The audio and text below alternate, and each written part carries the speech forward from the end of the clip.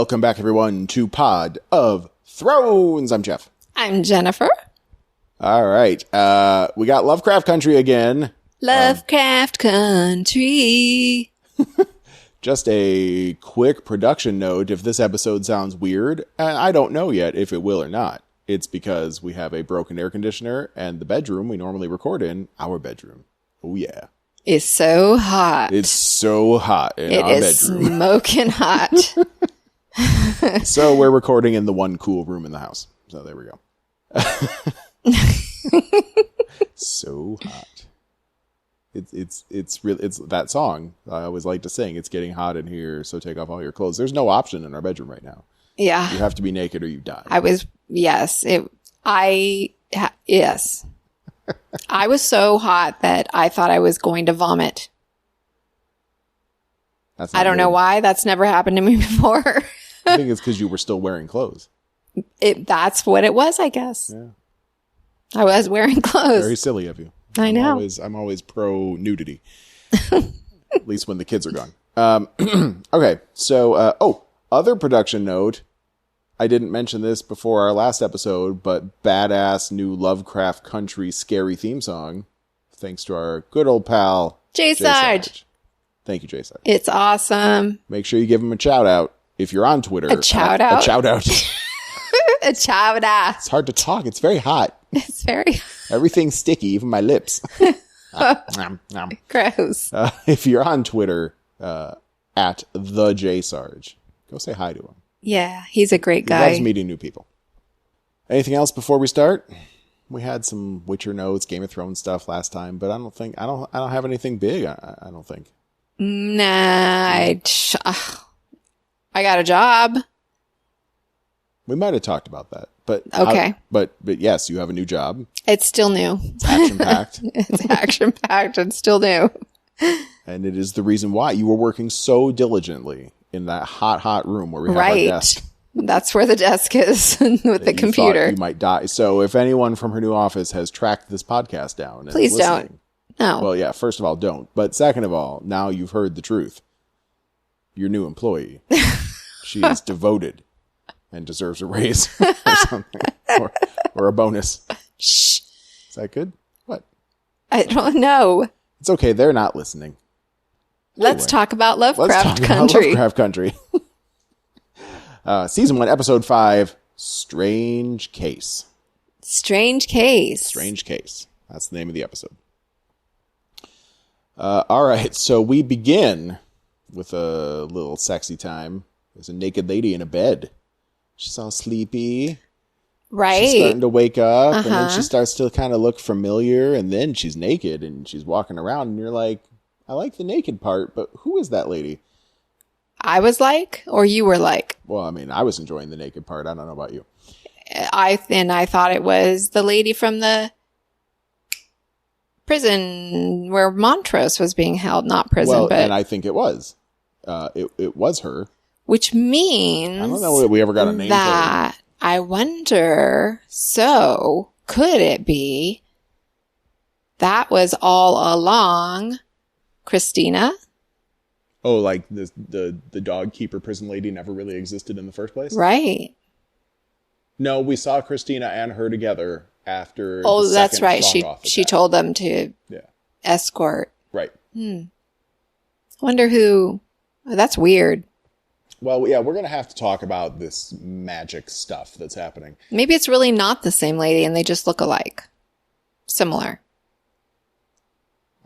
Fine, I'll look. So talk about who, while I just make sure that it's the same actress, you talk about what's really happening as this lady gets naked out of bed. Who is it? Well, I don't remember at what point we find out who it is, how long it takes, and what she's doing. I think she's all confused and scared. And then she looks in the mirror, right? And she's like, what? Well, I think she saw right away, like, as she was stretching her Oh, that's right. She sees that she's white when it's really ruby. Like, and you're the color I'm supposed to be. Right. It's like Freaky Friday. Or something. Here we go. The actress's name is Jamie Newman, and she plays the character Dell and also the character Hillary. So it is too. I believe Dell then would be the name of the dog lady. Yeah, it's her. All right. That's weird that had to be the same lady. She looks like the same lady. No, it is the same. No, I mean, it's weird that they chose... it's weird that Ruby is... You know what I mean? Is the dog lady? Well, Right. We need to talk about that, because... Why can't she just be somebody else? There's some more shit that just seems really Harry Potter to me, but we'll have to come back to it. Okay, so I immediately took a note of like, all right, so here we have Ruby. She's confused. She's white now.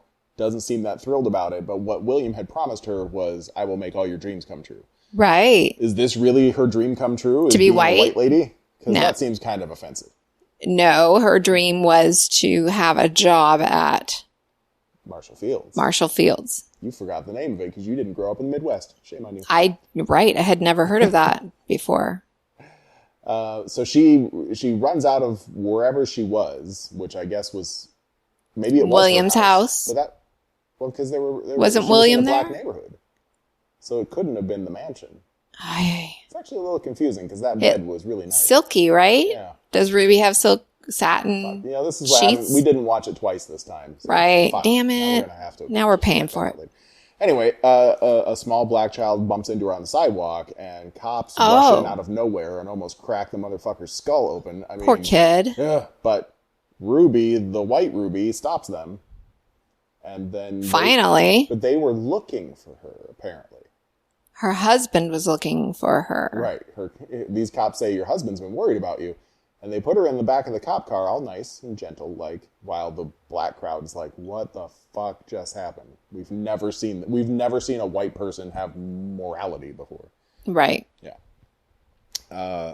Anyway, and then there's these weird bone cracking noises. In the car. And she appears to be in pain. Oh, right. And they're like, those are the fits her husband's talking about. Right, yeah. She's crazy. And sure enough, her husband is William. They're at the mansion now. There's plastic sheeting everywhere. Right. Which is usually what happens before murder. That's what I thought was going to happen. So, just so much weirdness. So she's in pain, writhing around. He says something about metamorphosis and how, like... Cocoon and butterflies. She's dying. But she's not dying. Right. And then he pulls out a knife. Right. And starts to... Gut her. Yeah. Like, that the part, most grotesque. What the heck? I mean, and at that point, you're like, okay, she's really dead, but she's not dying. She's screaming, of course, but I think the moment somebody stabs that giant knife into you, you would be dead. Right, and well, she wasn't dead, but well, we're sitting there wondering... Why? Is she dead? Like, nothing makes sense right now. Do you need her liver for something? Right. Are you, what? Yeah. Like Samuel's ritual, right? Eating, who knows? But Very he's strange. Pulling viscera, and like, there's all sorts of shit happening. Like he was looking for something. Now, because we keep seeing this happen throughout the episode, but you never needed a knife again. Was this just like on your first time, you're not going to know how to shed your new skin? So I don't know. Torture you. Hopefully there will be an answer. Also, why the plastic sheeting? It didn't seem because it was messy. Right. Well, no, she wasn't. Was that happening at the house? It was usually happening a couple times. It happened all over the place. So yes, this was a big Ruby episode, and a big Montrose episode. So let's talk about Montrose. Our first look at Montrose. He's staring at blood on his hands. And Letty and Atticus, they're talking about they're looking for Yahima. They can't find her. Montrose says she's gone. Tick's like, what about the pages? And Montrose doesn't say anything, but I guess that was all he needed to say was just looking at Tick. So Tick starts to skull cracking shit. Like, there's a lot of rage in this episode. Tick beats the fuck out of Montrose. How can a person survive something like that? That just seems like it would kill somebody. Being beaten that hard. Humans are very resilient. I guess so, but man. We didn't even really get to see much, but it sure did look savage from the... Like, we were in Montrose's view, right, looking up at Atticus, beating down and beating down. Ugh. Yeah. And Atticus is in, like, an altered state at this point. He's frantically running around the house. He goes down to the dark room. He's looking for photos that Oh, right. Letitia might have taken of the pages. And she's got a baseball bat. Yeah. She's scared. afraid of him. As she should be. I think any of us would be. Mm-hmm. All right. Then we flash back over to Ruby. She is back in her bed. Or a bed. I'm actually not sure anymore. She's back in a bed. Back to normal. Clean, I might add. Right. Looking like she just got out of the bath. And she's waking up again. And apparently she is a butterfly. She's now, and there's butterflies everywhere. Right. Magical butterflies, I guess. So, William starts explaining a little bit. He's wanted to do this experiment of his for a long time. But Hiram Epstein wanted to understand the universe. I actually don't necessarily know how all of this matters. But Hiram created a bunch of magical doorways. And William starts talking in the language of Adam. He's doing some kind of magical shit. I don't know. But we eventually get an explanation that it's a magic potion. Right. I wonder what it's made of. Oh, maybe it's made of her guts. Well, so she's imitating a character that we've seen before, a person that actually exists. It's not just a random generic human. It's a very specific human. And that's why I keep going back to Harry Potter. I know I was Harry Pottered out last episode. But Harry Potter has the polyjuice potion, where you have to put like a piece of hair or a toenail or something of someone into the potion as you're making it, and then when you drink the potion, that's who you become. So she did something to that woman, or took a piece of her hair and put it in the potion. William did. William did, right. So somewhere, I imagine William has a bubbling cauldron of... What was her name?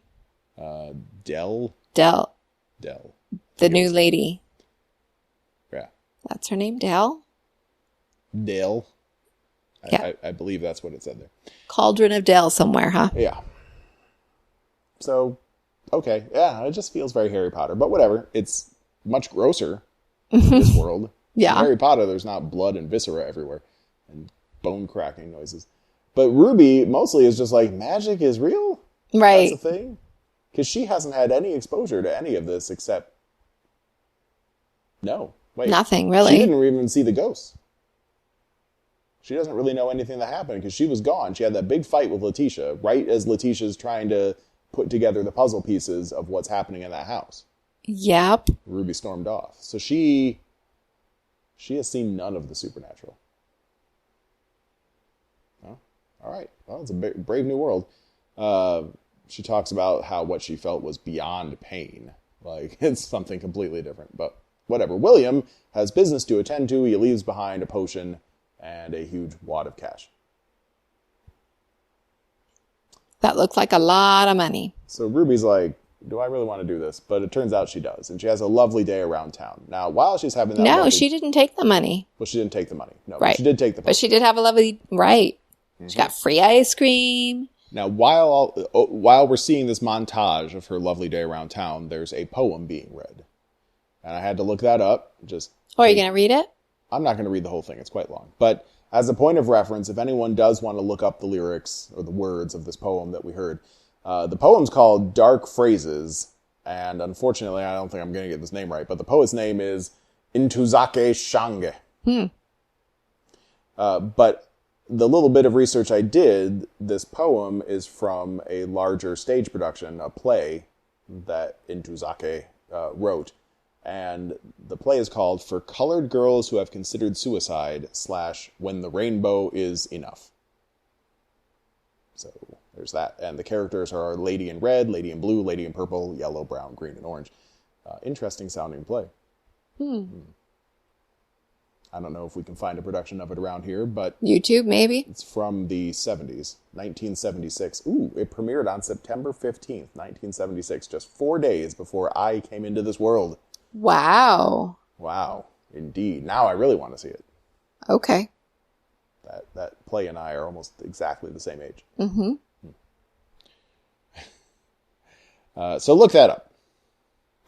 Anyway, going back to the other side of the world, Atticus pouring booze on his knuckles and putting them in ice to try to calm them down.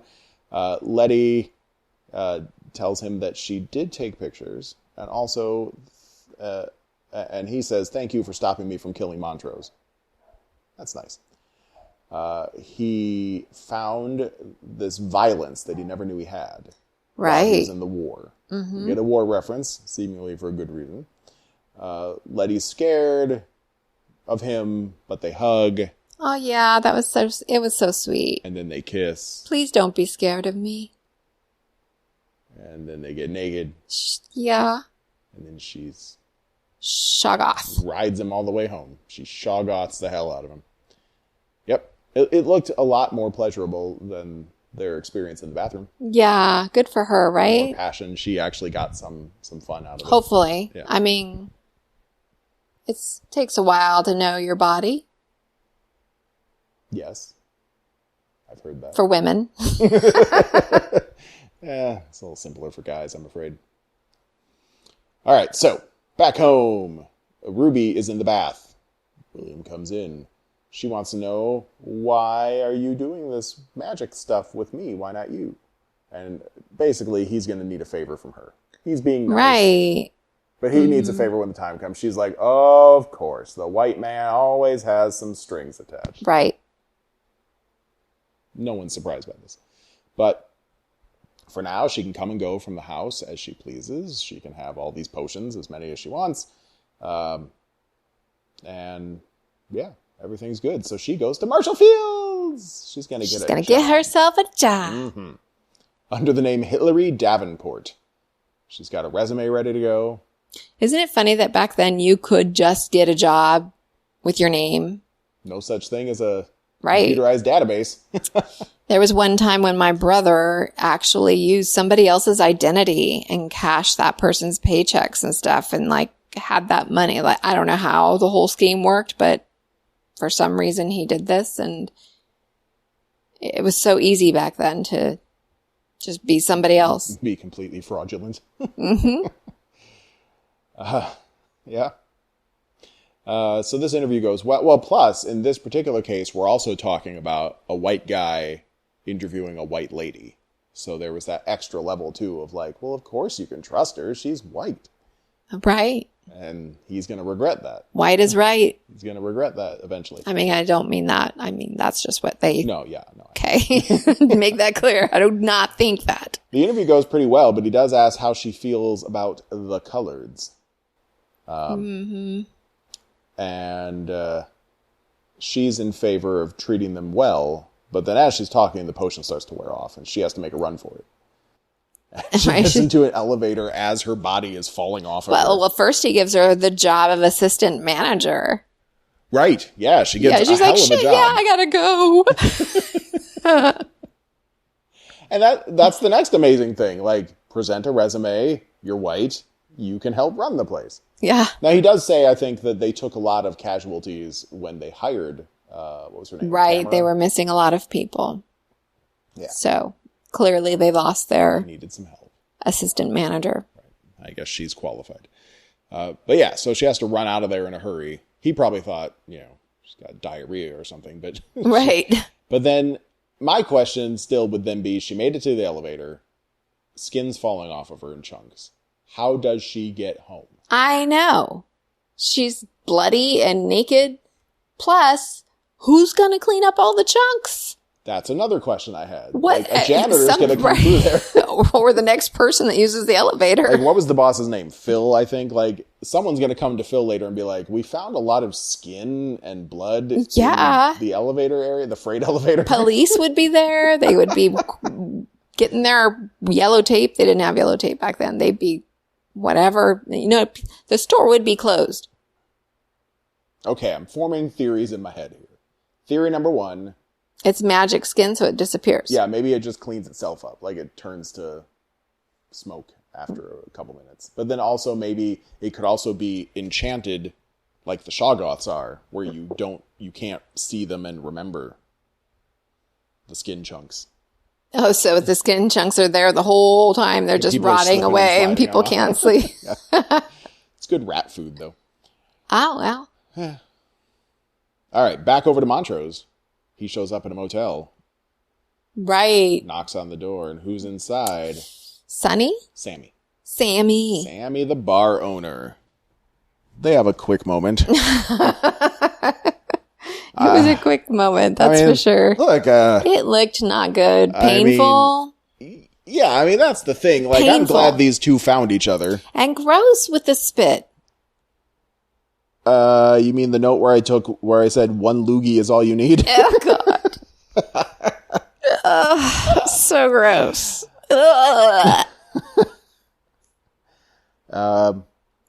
Yeah, look, I didn't need to see that, Montrose. I've never been, I've never had that done to me. It seems like you would need a lot more lubrication. Well, he's got good lubrication. That's all I have to say about that, because it was like that. The director, okay, now you're going to spit this giant loogie in your hand.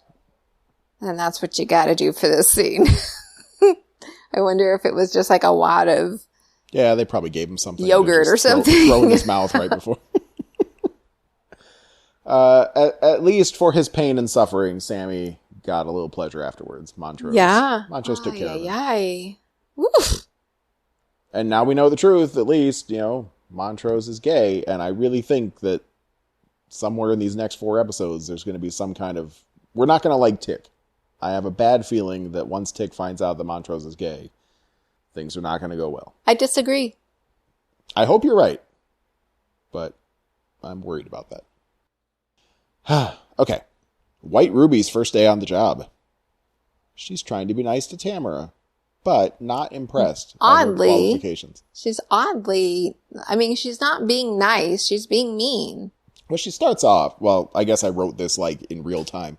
Like, she started off being like, hey, so nice to meet you. You just started working here, But then she starts asking about her education and her, her qualifications, and she is not impressed. Right. And that's just Ruby being bitter that she didn't get the job in the first place, I guess. But, Right, because Ruby did all these things and didn't. Well, but Ruby just didn't apply it in time. It's not Tamara's fault. No, it's Letitia's fault. Yeah, kind of. Meanwhile, in the back room, when Hillary goes to have a coffee break or whatever, the white lady workers are slacking like crazy. Their break time's over. Right. And they start trying on shoes and modeling their little, drinking champagne. Right. They're drinking on the job, which probably wasn't a big deal back then. And this is during break, like lunch break? Yeah, something. It was like a 15-minute break. Someone said our 15 minutes are up, but then they just kept slacking off.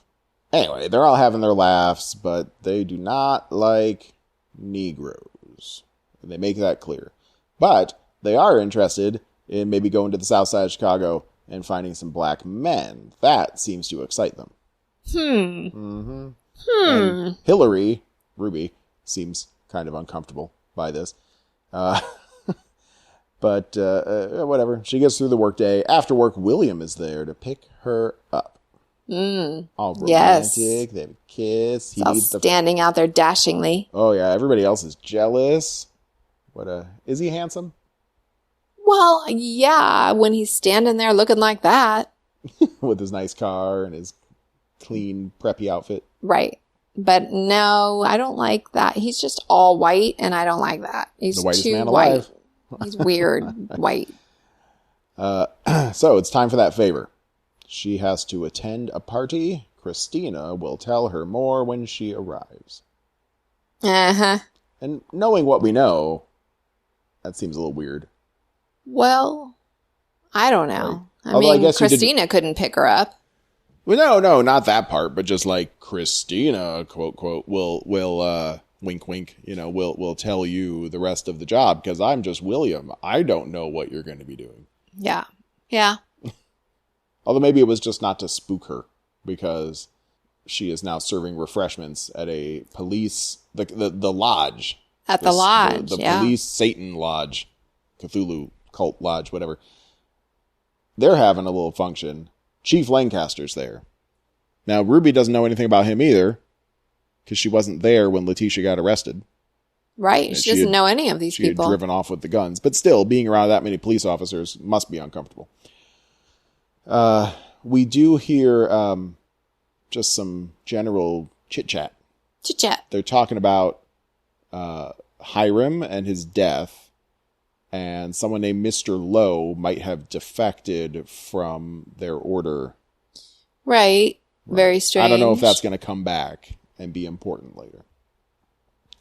But Lancaster thinks that with or without this defection, their brotherhood is stronger than ever. And Christina's there. She has to talk to Ruby. She gives her a little stone that has some kind of magic rune on it and says, you need to hide this in Chief Lancaster's office. Ruby's like, fuck no. I'm not going in there. Yeah, she's got to do it. I ain't got time for that. But we get some backstory that may or may not be true. Christina tells Ruby that William is the rightful heir to this cultist lodge. And Lancaster tried to kill William, and he thinks that William's dead. And that's why William's not here. Because there's a reckoning coming. So that seemed really cool when Christina's telling her, like, the plot thickens, but then William's not real. Right. Now I really, really want to rewatch this one. Well, let's say, okay, to do the polyjuice potion, a la Harry Potter, you need a piece of real William. So let's assume William did at one point exist. Whether or not he still does, we have a cauldron full of William. Okay, okay. So with that said... William maybe he's a son and is dead. A son? Of Adam. Oh. Maybe it's Christina's brother. Or... Oh. Well, and maybe he is alive, but not fully functional. Maybe he can't just run around, kicking cops' asses and fucking, Ruby and all that. Maybe he's in a coma. Maybe he's in a vegetative state. Okay. But still technically alive. She can get his DNA somehow, or pieces of him to make polyjuice off his head, or whatever. Okay. Maybe. All right. So, we're gonna any other theories you have there? No. Okay. But just, it seemed really cool at first, and then later on we find out that Christina and William are fucking the same. Okay. So, back to the house. Letty developing pictures of the pages, and Tick is reading them, and he starts having flashbacks to the lodge's collapse, and the servant lady, his grandma, great-great-great-great-great-great-grandma, she was like mouthing some words to him, but we couldn't hear anything. I don't know. And he starts out to be on fire. Did that really happen, maybe? Oh, yeah, in his memory vision. Yeah. Well, I mean, not that we know of. As far as we know, he just ran right out of there. He never lit on fire. But yeah, in his memory, which maybe was more of a vision. I mean, who knows? Honestly. Hopefully we'll get more answers. So Tick is working on deciphering these codes now. He's got all these different runes in front of him, and he has his initials, Atticus Sampson Freeman. And he apparently knows which letters were like A, S, and F. So he's starting to decipher based on that and a couple other words that he has deciphered. And he's going to try to figure out the entire alphabet. And then they're talking about Yahima and whether or not Montrose is right to let her go. I don't know that they know that she's dead. Well, I think it's this point when, doesn't he tell Letty at this point, he didn't let her go. Yeah, he does allude to that, but he still doesn't say, like, I think no, Montrose he didn't want to, but that's what he's saying. Right. Yeah, he kind of knows. Letty's theory is that these pages have a corrupting influence.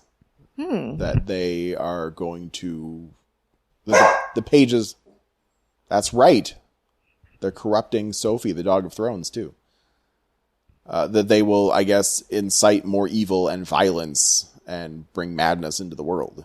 Which is probably true. Well, yeah. With what little I know about the Cthulhu stuff. Cthulhu is all about madness. Sure is.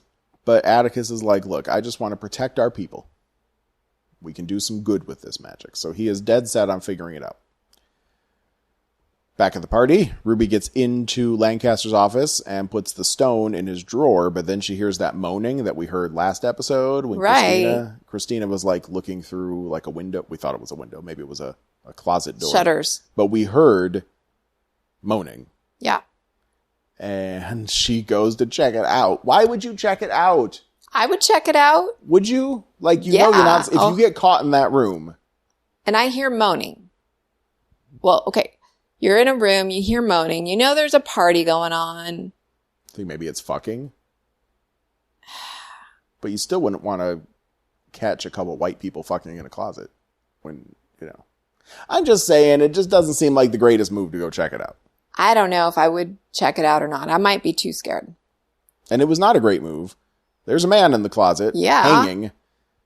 His tongue's been cut out. He's bleeding from his mouth. It took me a long, I mean, I couldn't figure out why the mouth thing was happening until the very end when they said it. Yes, they did talk about that. And she winds up getting stuck in that closet because Lancaster and a couple goons come in. Of course, she gets caught, or is going to. So we need a story about Lancaster. I hope we get his backstory now, because something fucked up is going on with him besides being evil. Yeah. He's probably the KKK guys that Christina was saying were too poor to be part of the Sons of Adam's. But what happened to him? Well, so he takes his shirt off. He's changing his shirt. And it almost looked like something out of the Umbrella Academy, where I don't remember. Number one. Where was it? What? Oh, his torso is, I don't know, black, I guess. Oh, that's right. That's right. But is it like black skin from black people, or is it burns, or is it? I forgot. Who knows? Demon skin? Was it? We are going to have to watch it again and pause it. And I'm going to have to stand up close to the TV.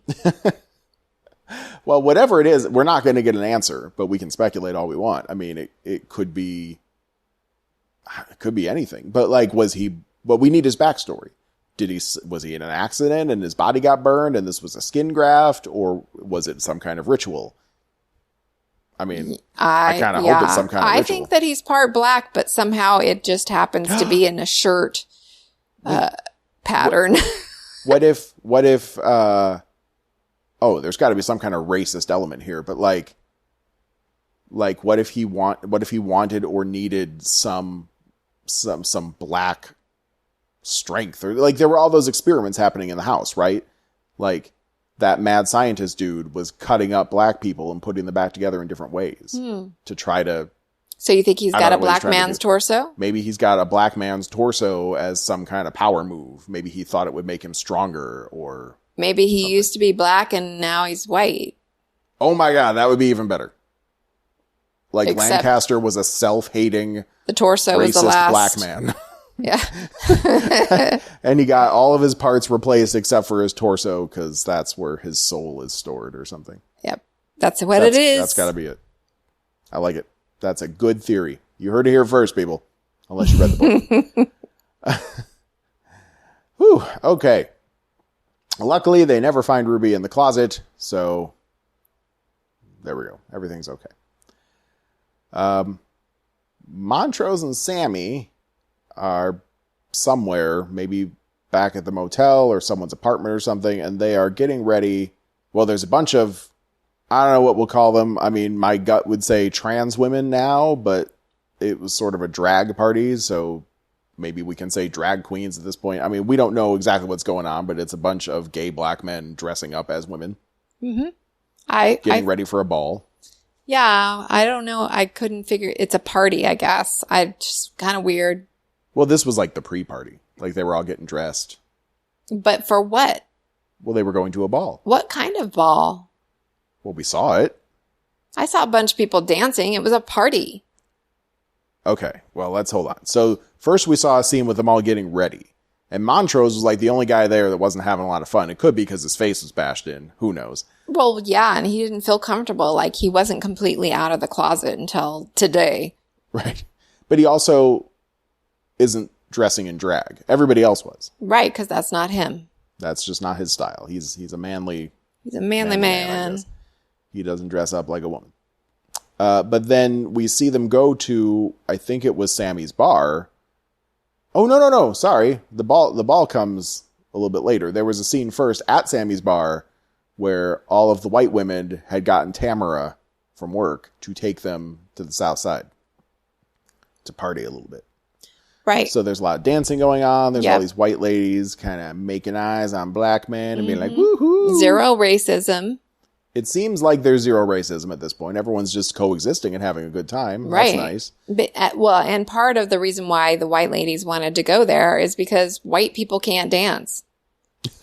And they saw their boss, whatever her name is. Oh, yeah. She was grooving, and they're like, oh. And then they want, you should be over on the black side of town. Whatever. So everyone's having a great time except for Ruby, who is currently pissed off. Heidi, or whatever. Was it Heidi? No. Hillary, that was it. White Ruby Hillary not having a good time. She seems torn by this whole thing. And she goes back out to the alley, and she turns back into Black Ruby, and she feels better, I guess. But she's covered in gore. And she's hiding because she doesn't want anyone to see her being covered in gore. And then Paul, her boss, he comes out back into the alley with Tamara, the very nice, seemingly innocent little black lady, and tries to almost rape her. Right. Yeah. He's like, come on. Just do it. Just give me a taste. Right. Give him a taste. He's gross. And Ruby's just watching all this, seething, I'm sure. So meanwhile, we get to see the drag ball, and it is fabulous. But the reason I called it a ball, I think they said something about a ball. But I agree. Also, Sammy got crowned, or at least he got a sash. I know, for what? He was the queen of the ball. Oh, okay. Maybe it was a drag competition. Maybe it's just as simple as that. And Sammy maybe. won. And Montrose is dancing with all sorts of ladies. And he even smiles a little bit. He's got a little tiny bit of happiness going on. He finally feels Very like little. He's where he belongs. Almost. Hey, a little bit goes a long way with a sad sack like Montrose. He is a very self-loathing kind of guy. But as we know, people that don't feel like they can be themselves will more easily fall down a road of, let's say, alcoholism because they're just miserable. And makes the pain go away for a while. He drinks all the time. Right. And maybe this is why. Maybe he won't have to drink all the time anymore. Maybe he can get over his alcoholism if he can just, live his truth. Maybe, but probably not. No. It's not that easy. And then finally he catches up with Sammy, the queen of the ball. And they kiss. Dance. They have a romantic moment there in the middle of this crowd. They're accepted for who they are in this room. They love each other, apparently. Very nice. That first scene didn't look like love. It was a nice moment. Right. That looked just like pain. I don't ever want that. All right. So. To happen to me. Ruby has somehow, in the middle of all her mess, has made it back to William's house. And she is sitting on his couch covered in gore. Christina arrives. And she tries to relate to Ruby's feelings, I think, just as a woman that was always set off to the side. That doesn't work that well. But in Ruby's bitterness, Christina tries to explain that William's invitation wasn't just so that you could be white. It was so that you could do whatever the fuck you want. And that's really the truth of it, right? If you're a white person in this day and age, or that day and age, and this day and age, I don't know. I mean, it's maybe not quite as easy now to just, let's say kill someone and walk away. But you could do whatever you want because you're a white person and the cops don't care. They're busy doing other things about non-white people. Yeah, I guess. But I mean, what if you wanted to go rob a bank? Wear a mask. You can't do that. But you'll probably get away with it, I guess. Well, back then you could. Bank robbers would get away with shit all the time. It was only when you robbed your 20th bank that finally someone was ready for you. Crime was easy back then. There weren't cameras everywhere, And the question from Christina is, who are you really, uninterrupted? And so we get the next scene, White Ruby's back, Hillary. She is turning in her resignation to Paul. She's quitting because she's attracted to him. She just can't handle it. Oh, Paul, you're so hot. Yeah, it's like that. It's like Dina from Superstore. She resigned from her assistant manager and was going to take a floor. Took a demotion, so that she could Yeah, just like that. Hopefully you guys watch Superstore. It's awesome. It's on Hulu. Go watch it. So she ties up his wrists. He starts talking work. He wants to fire Tamara because she's just not working out. Which you know is because he wouldn't. Ugh. Oh, he's so gross. He gets everything that's coming to him. Maybe. She puts a belt around his neck. How could you not see that coming? He wants to be dominated, right? Well, fine, but a belt around your neck? Well, that was like the last thing. He's so delusional. He's so horny. And so horny. But just to think that, like, I don't know. I don't know if this guy's married, but... I think he is. I think he talked about his wife at one point. There's probably not a whole lot going on. Well, maybe not. But I'm just saying there's a lot of things that you could let happen, but a belt around your neck. Around your neck just seems like you should never let anyone do that to you. People do that. There's accidents and then there's murder. I mean, sometimes some people think that that's what happened to the lead singer of NXS. Oh, well, yeah, but he was doing that to himself. So right. Okay. Well, I mean, that some people like that. Maybe he was going to like it. At least he thought he was going to like it. I guess. It just seems like, it just smells like a trap to me. But then we also knew it was a trap, so whatever. He sucks on her high heel. Thank you. And then she takes that shoe off. Oh my. And. But. I mean, it does make the Sammy Montrose encounter look kind in comparison. Yeah. At least he used some spit. My notes say she then destroys his asshole with her high heel. Or just, I mean, his entire butt. Like. Oh, yeah. I mean, once you go up there with a spiky object, it's probably going to perforate everything. And then it's just going to turn into a mash full of meat. He could die from this. I'm sure he would. I hope he does. He'll get at least an infection. I was a little disappointed she didn't just kill him, but she wanted him to suffer. I don't know. It was so bad. And then she transforms and leaves her gore all over the room. Right. All the skin and goop. I wonder if he's going to go to the hospital. I wonder what happens to this guy. Well, you gotta get some medical attention. Do you remember that guy with the horse? That was another case of perforation. Right. Oh my God. What was that movie called? It was a documentary. I think it was just called Zoo. That sounds about right. And it was about these people that were unreasonably attracted to horses. They loved them. They legitimately loved the horses, but then they also wanted to love the horses. And the horses sometimes loved them. And they had this weird social club where they would like get together and drink and play cards and just talk about the universe. But then they would go out in the field. Like, eventually someone would get to go blow a horse. Oh, weird. But then one guy died. So I think he might have been the organizer or one of their higher up members. Right. He was an engineer for he used to have Boeing a family or something. And everything. And he let a horse poke him in the butthole. Uh-huh. But horses are big. Uh-huh. And it perforated him really badly on the inside. Yeah. And he didn't make it to get medical he did not attention. make it to the hospital. Oh my God. There's video of it. That's the really fucked up part. Like it's 1970s or 80s video. Do you think that was real? Yeah. Video? Oh yeah. Weird. Yeah, I think it was. I mean, you don't really get to see everything, but you kind of get to see you get the basic idea of what the fuck happened. Oh my God.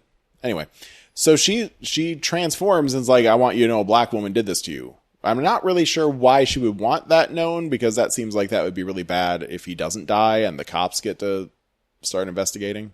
But maybe he will die. I don't know. Yeah, I mean, Ruby's just mad. Ruby is very mad. Yep. And then she leaves. Again, how does she get out of there? Naked and bloody. That's how she goes. I would love to know. But she, so she gets out of there. Cut to Letitia in a bathtub, which is exactly where Ruby needs to be right now, but it's Letitia's turn in the bath. Atticus enters. They're just having a little moment there. She's been trying to say a prayer for Yahima, but he starts talking about Jia. He says he had a girl in Korea and it ended in a strange way. And I guess we'll get the answer to that next episode. It looks like we'll get that story. But we don't know what the fuck that means. But we do. CGI in the very second episode. Right. She bursts out of the closet. She's the one that he had to kill. Right. Wasn't Strangle. really her, of course. Right. But yeah, she was fighting him, stabbing him. Mm-hmm. Yeah. And we only know that, I think, thanks to the subtitles. Anyway. But Letitia and Tick, they both talk about, they bond over this, that neither of them ever knew love growing up. From their parents, from their How siblings. many of us have? Honestly. Oh, I don't know. I don't feel like, I mean, now I do, but not growing up. I didn't. Yeah. It's not something that was. Moving on. We're all damaged goods. Yep. Yep. I've said it before. I'll say it again. Let's see. Last Ruby scene. She's back at William's house again. And she wants to know what's in the basement. That came up earlier. She saw like Christina coming out of the basement and locking the door behind her. She wants to know what's in the basement. Right. That's the only door that's locked in this house. She doesn't get the answer to that. But if I had to take a guess right now, I'd say it's real William. Based on what we've been talking about. Real William is in the basement. Probably in some kind of horrifying state. Meh. Okay. What? Meh? Maybe. So the dude that got his tongue cut out in the closet. Yes. Okay. That didn't look like it had shutters that opened and closed, right? Well, it was one of those closets that had right, it like, did have the slats. right. I don't know if they open or close. Probably not. Generally not. Christina clearly looked through a window that she could open the slats to see. Maybe that was William in there. Maybe William is also captured by the cop. Maybe Christina was telling the truth, but she's also she wants to be the powerful one, She does. So, She wants power. She wants that time machine. We haven't even touched on that again now. Right. Ugh. Anyway, we never really get an answer what's in the basement, but all of a sudden, William starts transforming. He starts going cracky, slip, slop. And he turns into Christina. And Ruby's like, what the fuck? And that's it. We don't, again, no explanation. Just a bloody, naked Christina standing there. Yeah. Don't get to see I think she says, you were William all this time. She's just shoulders up, but whatever. So she's had sex with Christina. Oh, yeah. Maybe it really was William at that time. I hope we find out. I mean, anything's possible at this point. But also possible is that Christina's like, hey, I'm a guy now. I've got a dick. Let's use it. See what it feels like. Ruby's a good-looking lady. Let's do this. Maybe that's why he was able to wear down Ruby's defenses. Because he was actually a she and knew what women would respond to. He knew that she needed to be listened to. There you go. It's the sign of a woman right there. That's all you need. Knew that she needed to be listened to. And then our final scene. Tick thinks he might have discovered something as he's deciphering these runes. He says out loud the word suffer. Right. But we don't see that on the page. But he winds up making a phone call. So whatever he read there spooks him. He gets all freaked out. Right. So he makes an international phone call. And of course, it's Gia. Uh-huh. And I told you you shouldn't have gone back. Right. He's like, how did you know? And she's like, you should have listened to me. Oh, right. And he says, what are you? Uh-oh. And she hangs up. And then it pans down to the page, and all we see is the word die. Yeah. D-I-E. Right. Which is not the word suffer. No. We don't see that. But, like, that's only 3 letters. He deciphered the word die. But to what end? What the fuck does that all mean? I don't know. I don't know at all. This is strange. He must have known. Okay, so.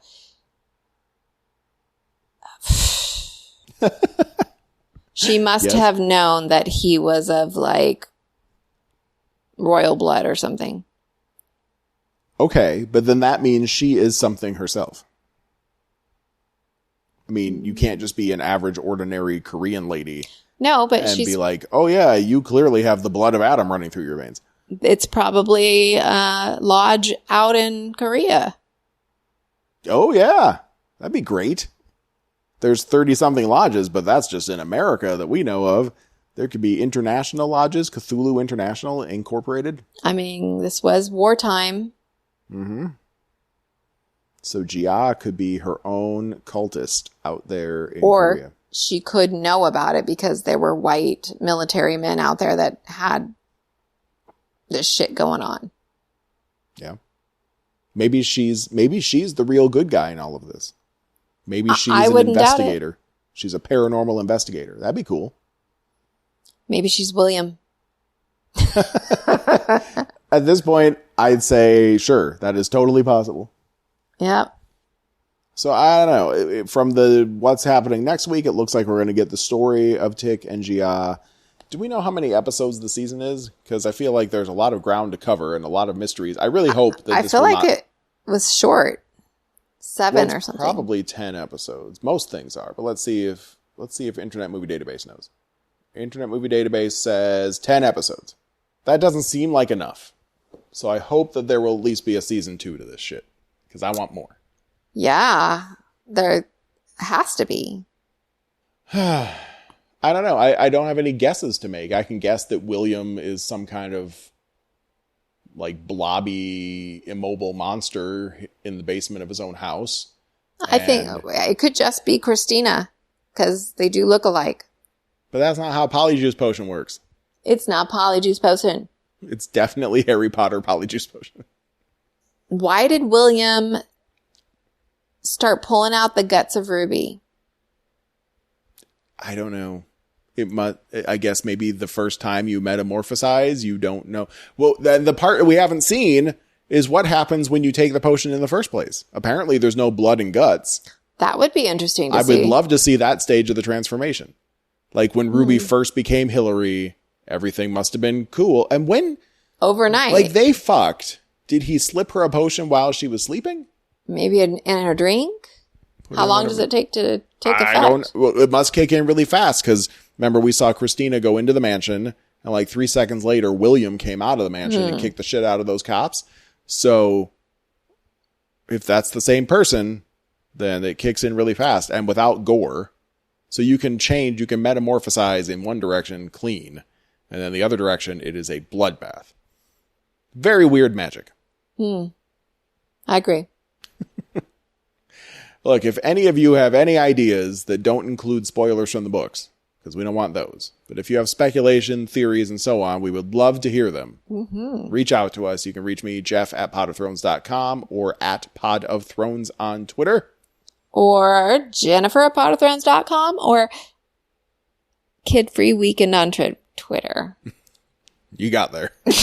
It's sure there. It's okay. Like we said, it's so hot in here, everything's sticking together. Turder. We made it through the podcast despite our lack of air conditioning, so we got that going for us. Worst time possible. And now we are finally kind of caught up. We're not recording this 24 hours before the next episode, so yay. Good for us. All right. So that's it for now. Cannot wait to find out the story of Jia and Atticus. Hopefully there's a B story where we get to learn more about Christina and William and Lancaster and all. There's too much going. It cannot be done in 4 episodes. It just can't. No. It just can't. No. All right. Okay, anyway. So until next week, drink your Polyjuice Potion, kids. It's full of vitamins and minerals. And it makes your lumpy, fleshy skin magically disappear. Mm-hmm. You know who else has fleshy, magicy skin? Me? Shoggoths.